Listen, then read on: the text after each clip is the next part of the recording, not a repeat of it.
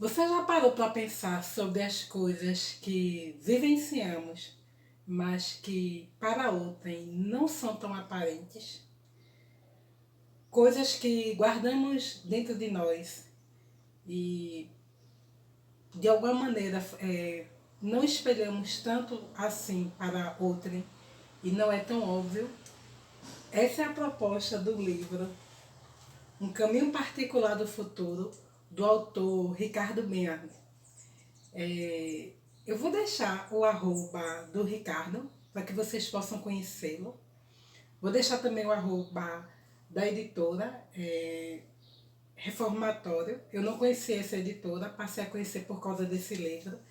E fiquei muito feliz, grata, surpresa até, quando o Ricardo me enviou esse livro, porque eu já tinha lido dois livros dele, Litoral Noir, quando eu fazia parte da parceria da editora Madrepella, e depois li Os Gilelas, que é um livrão que o próprio autor me enviou, e aí ele fez esse novo lançamento, e aí me perguntou se eu queria ler, e claro que eu gostaria de ler, e foi assim uma grata surpresa. Ele até enviou pela Amazon, aí fez uma dedicatória. Quando eu fiz o unboxing, eu não tinha visto o recadinho, aí depois num pacotinho eu vi lá jogado. Muito obrigada, tá, seu Ricardo? E é um prazer, né? Sempre quando o autor ele nos procura, uma grande responsabilidade. E não é um livro muito extenso, é até um livro que relativamente curto, eu acho, menos de 300 páginas, quase isso. E aqui a gente vai se deparar com a história de uma família, né? A gente vai ver o Cláudio, a Francine, sua mãe, o Antero, seu pai, e o Vicente, seu irmão. Só que o Cláudio, ele já partiu.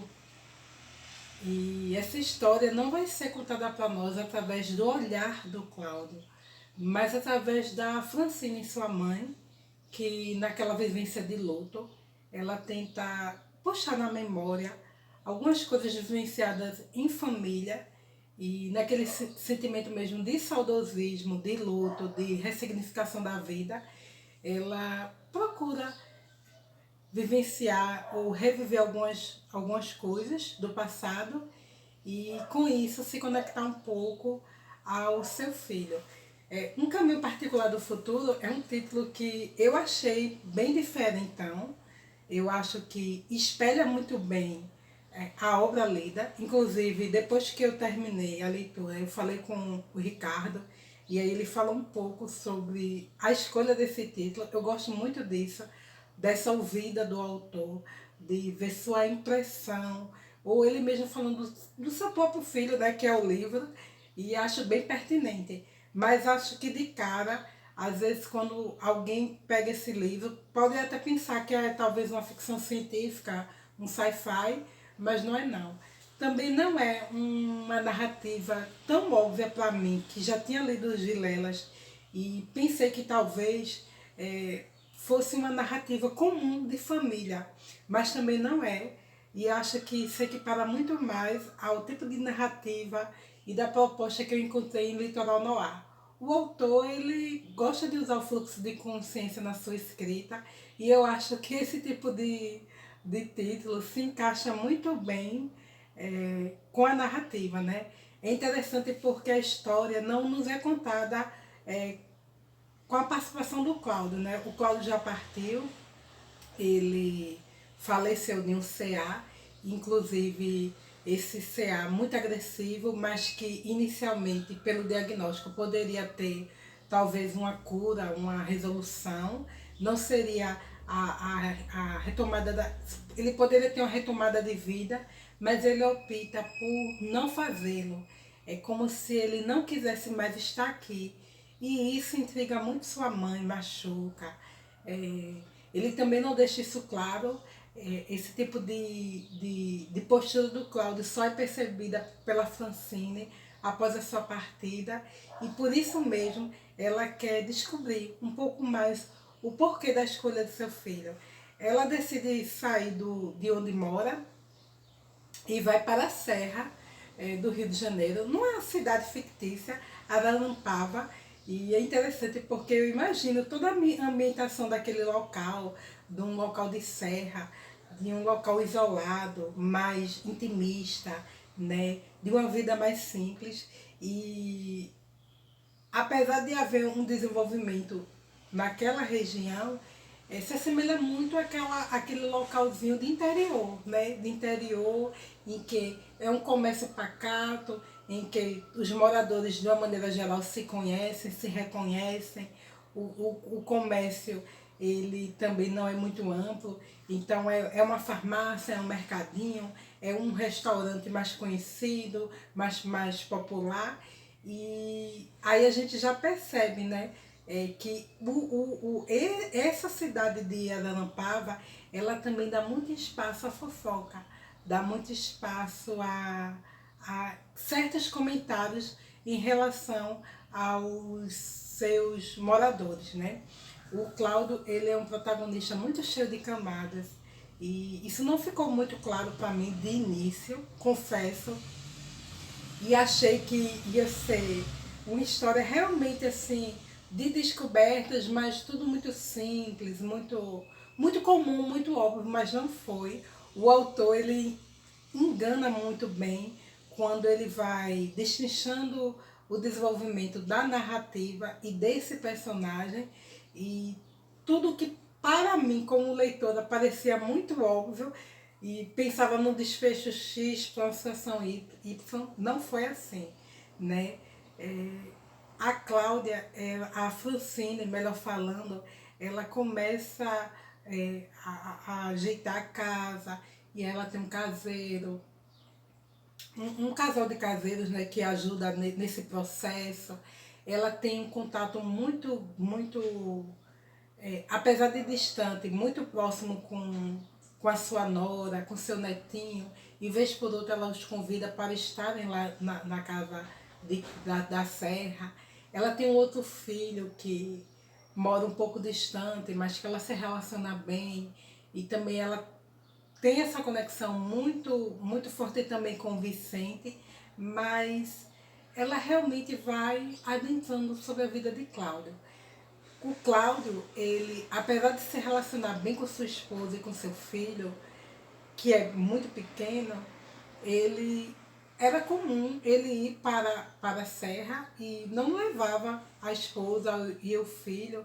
E eu fiquei pensando o porquê disso, né? O porquê a Araranpava seria um local de refúgio para ele, um local de isolamento, a ponto de ele nem querer a sua família, o seu núcleo familiar muito próximo. E dentro da narrativa a gente vai percebendo o porquê dessa postura, dessa atitude. Aparentemente a esposa do Cláudio é muito passiva e muito aceita isso, mesmo que não tão bem, não o confronta. E aí eu fiquei pensando, o que é que o Cláudio esconde naquele local? O porquê ele tem que estar lá sem a família? Porque para ele aquele local se torna um refúgio, um lugar de referência e de idas constantes. Eu vou ler um trechinho do livro para vocês inferirem um pouco sobre essa narrativa, e depois eu vou retomar a história. E diz assim: durante um longo período, antes da morte do meu filho, essa consciência de que o sítio evocava um tempo alegre havia contribuído, na verdade, para que eu evitasse Araranpava. Eu não estava pronta para me enternecer com as memórias. Agora que eu não tinha mais o Cláudio, eu queria viver dentro dessas memórias a partir delas. Eu tinha tentado, no Rio, lutar contra a solidão, reorganizar a minha vida e os meus afetos, ser mais presente e melhor com aqueles que tinham ficado, que o Cláudio havia deixado, com o Tomás, o meu netinho de 4 anos, e com a Júlia, a quem eu sempre veria como a minha nora.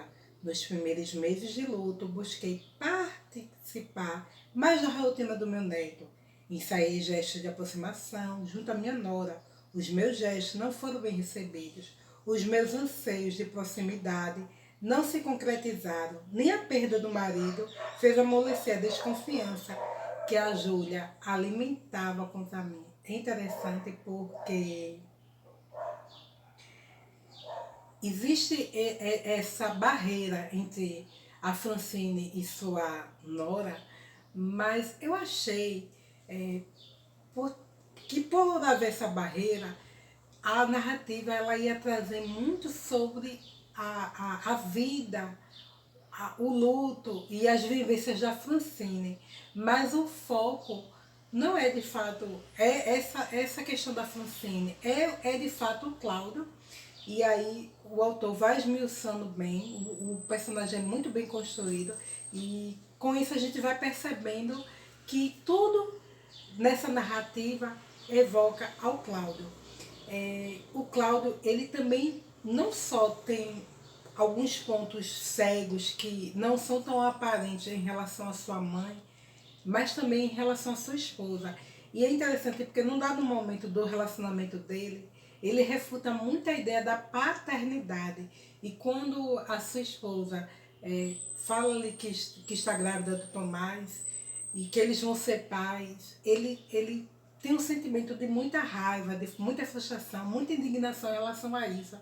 Aí eu fiquei pensando sobre esse papel do homem na questão da paternidade, né?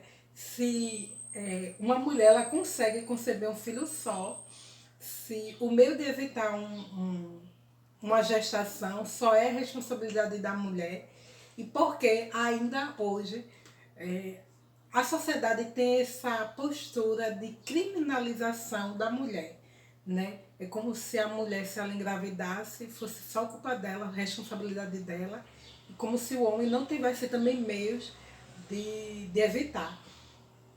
Ele tem toda uma visão filosófica sobre a vida e por isso ele mostra muito, deixa muito bem claro o porquê não quer esse papel e é frustrante, né, para a sua esposa quando ela percebe e tem a ilusão, como algumas mulheres têm, de que com o nascimento da criança e com seu desenvolvimento, aquele pai vai ser mais presente. Quando na verdade, ele fisicamente, ele até se mostra presente, mas é emocionalmente um pouco distante e não muda muito a sua ideia inicial de refutar essa paternidade. Ele fala que o mundo está difícil e que é difícil a gente dar ao outro essa responsabilidade da existência, porque muitas vezes o outro talvez não esteja preparado para isso. Esse olhar do Cláudio, eu acho que é um olhar muito de si para si, né? Porque ele tem questões na vida dele que fazem com que muitas vezes ele não se sinta tão feliz com a própria existência, né? E isso ele reflete de uma certa maneira em relação ao filho, né? Essa distância e que a esposa entende, mas para ela é muito difícil, né? A Francine, ela passa um bom tempo naquele local, vez por outra ela recebe visitas da Nora, junto com o netinho, ela se aproxima um pouco daqueles vizinhos que, vez por outra, via no passado. Ela passou mais ou menos uma década sem ir para Ararampaba. A casa realmente ficou sob a responsabilidade do Cláudio, e ela, o outro filho, o esposo mesmo, não tinham tanto interesse de ir para aquele local. E a gente percebe, né, o interesse dela em ter essa aproximação com os vizinhos, com alguém de um restaurante, de um comércio, aproximação com o padre da paróquia, para ter impressões sobre o filho e o porquê da escolha dele de não lutar para continuar aqui. Existe uma casa ao lado e lá existem moradores que são, na verdade, empregados de uma casa que foi herdada por eles, e eles têm uma filha. E essa filha, Isabela, ela já adulta, casada, ela, no passado, ela teve meio que uma amizade com esses irmãos. Uma amizade que a sua mãe não via com bons olhos, talvez por uma questão mesmo de diferença de classe mesmo social, porque os meninos sendo filhos de pais de classe média e a menina ao lado uma simples filha de empregada, e a mãe não gostava dessa aproximação.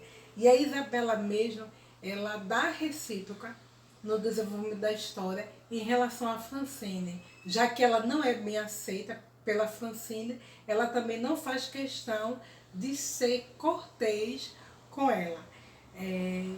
E aí a história vai tecendo alguns diálogos, e aí a gente percebe, para a surpresa da Francine, o quanto a Isabela era próxima do Cláudio.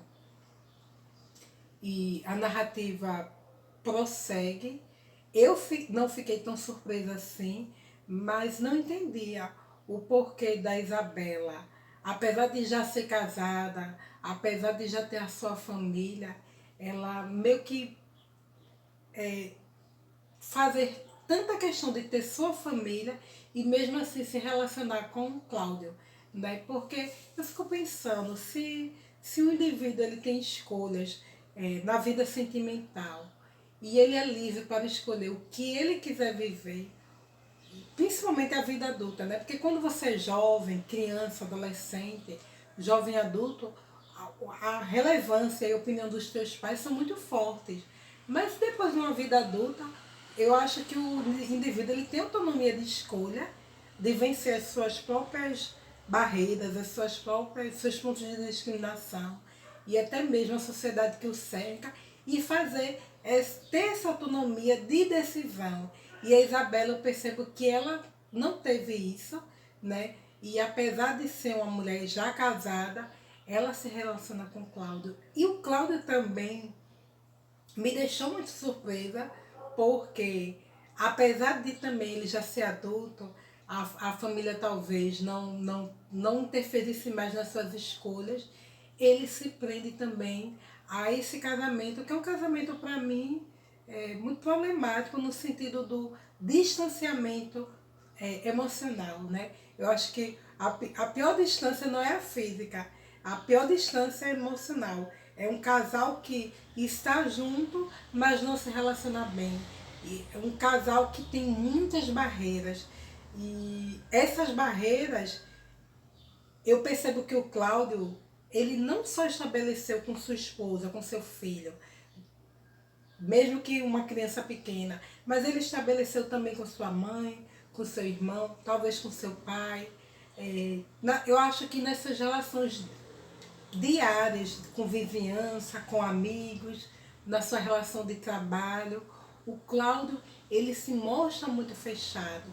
O olhar do outro sobre ele não reflete necessariamente aquilo que ele é, porque ele vive incubado dentro de si, querendo viver algo que não é possível a ele, mas que ele insiste em continuar tentando fazer.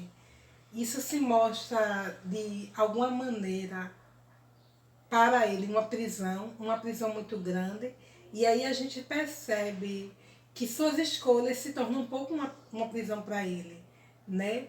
Eu fiquei me perguntando se toda a família tem segredos, ou se só essa família.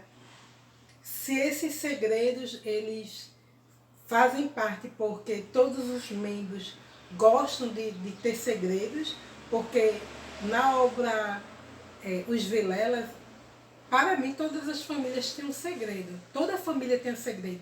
Todos os membros da família têm um segredo.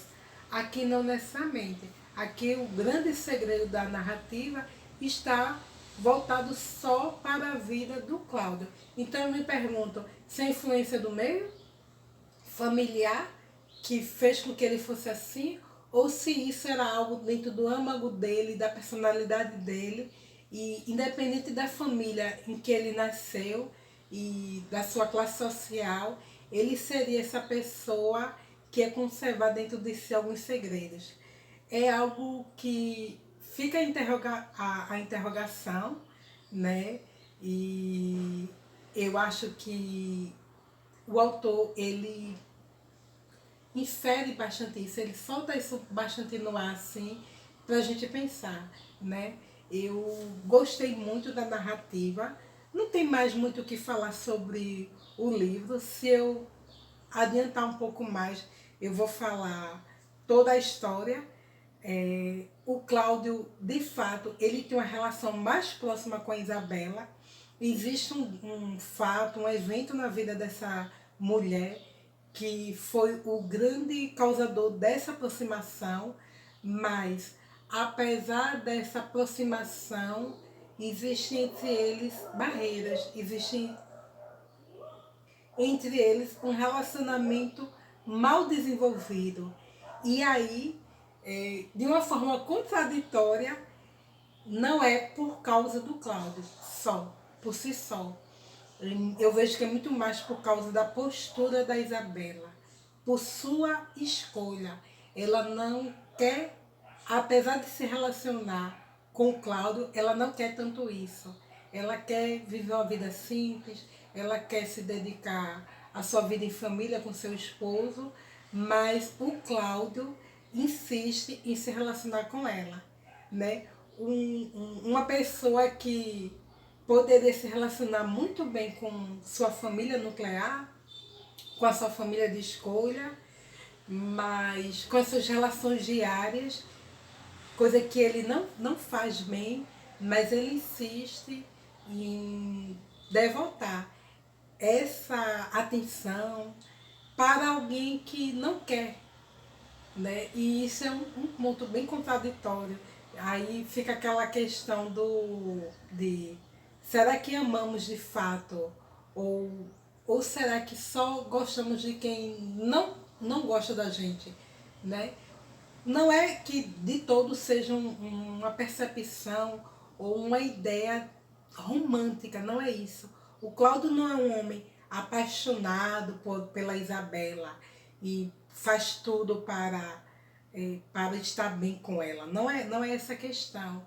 É muito mais a questão desse evento lá do passado que cria nele, entre eles, um ponto de ligação muito forte, mas ao mesmo tempo um ponto de distanciamento da Isabela em relação a ele e dele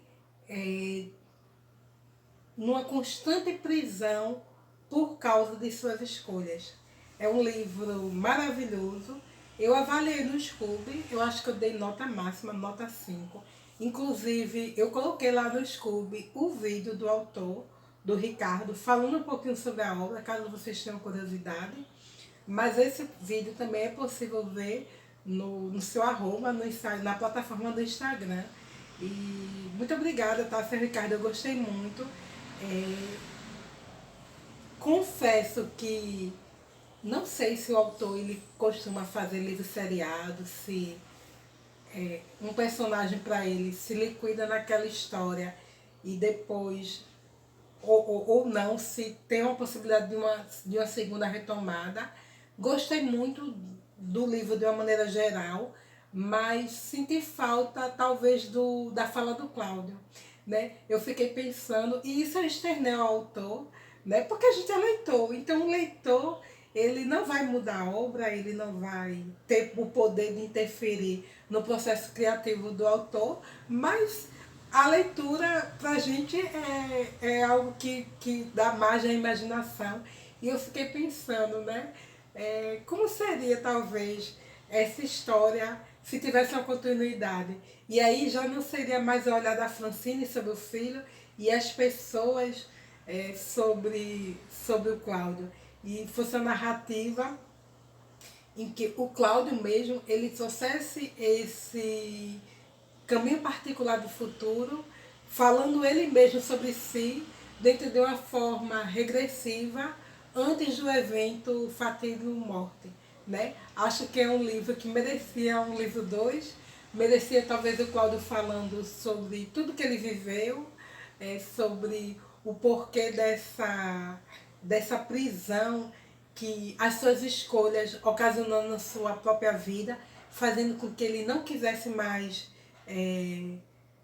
prosseguir. Né? Tem pessoas que são muito firmes no seu posicionamento de palavra e a palavra que eles empregam é tudo, e até mesmo em detrimento próprio, eles, esse tipo de pessoa, ele vai até o final no sentido de cumprir uma promessa, e o Cláudio, ele é muito incisivo nisso, né? Também pensei sobre o seu irmão, sobre o Vicente, se existia algum incômodo dele em relação ao irmão, um ciúme por causa talvez de uma popularidade ou impopularidade em relação a amigos, familiares, uma preferência, mas aparentemente não. É uma família que se mostra muito saudável no sentido do amor, do acolhimento, das vivências. Acho que a densidade do personagem realmente e as camadas que envolvem toda a história são pela própria vivência do Cláudio. Né? O Cláudio, ele é aquele tipo de pessoa que está aqui, mas não gostaria de estar. Vive algo, mas talvez queira viver uma outra coisa. É aquela pessoa que talvez em todo o decorrer da sua vida ele não vai ter aquele sentimento de pertencimento em relação à sua existência, né? E eu gostei, senti falta talvez um pouco mais de texto. Não que o personagem não tenha sido bem construído, foi muito bem construído, a narrativa foi muito boa, mas eu confesso que eu gosto de calhamaços e acho que o autor ele é muito feliz quando ele escreve também calhamaços, os Vilelas. Eu não vou dizer que tenha preferência de leitura, porque eu acho que cada livro é uma percepção, é uma narrativa isolada, mas eu gostei muito do Gilelas pelo fato de ter muito texto, né? Por ser uma narrativa mais longa, mas isso é uma questão de percepção pessoal, gosto pessoal. Tem pessoas que gostam de livros curtinhos, eu gosto mais dos mais extensos. E muito obrigada, estou muito feliz por essa narrativa, por ter conhecido mais essa história maravilhosa. Me senti muito prestigiada com esse carinho do autor de presentear meu canal tão singelo com mais uma de suas histórias. Fica aí a dica, quem quiser adquirir o livro pode entrar em contato, tanto diretamente com o Ricardo no seu arroba, ou mesmo no arroba da editora Reformatória, tá bom? Obrigada para quem assistiu e até a próxima. Tchau, pessoal!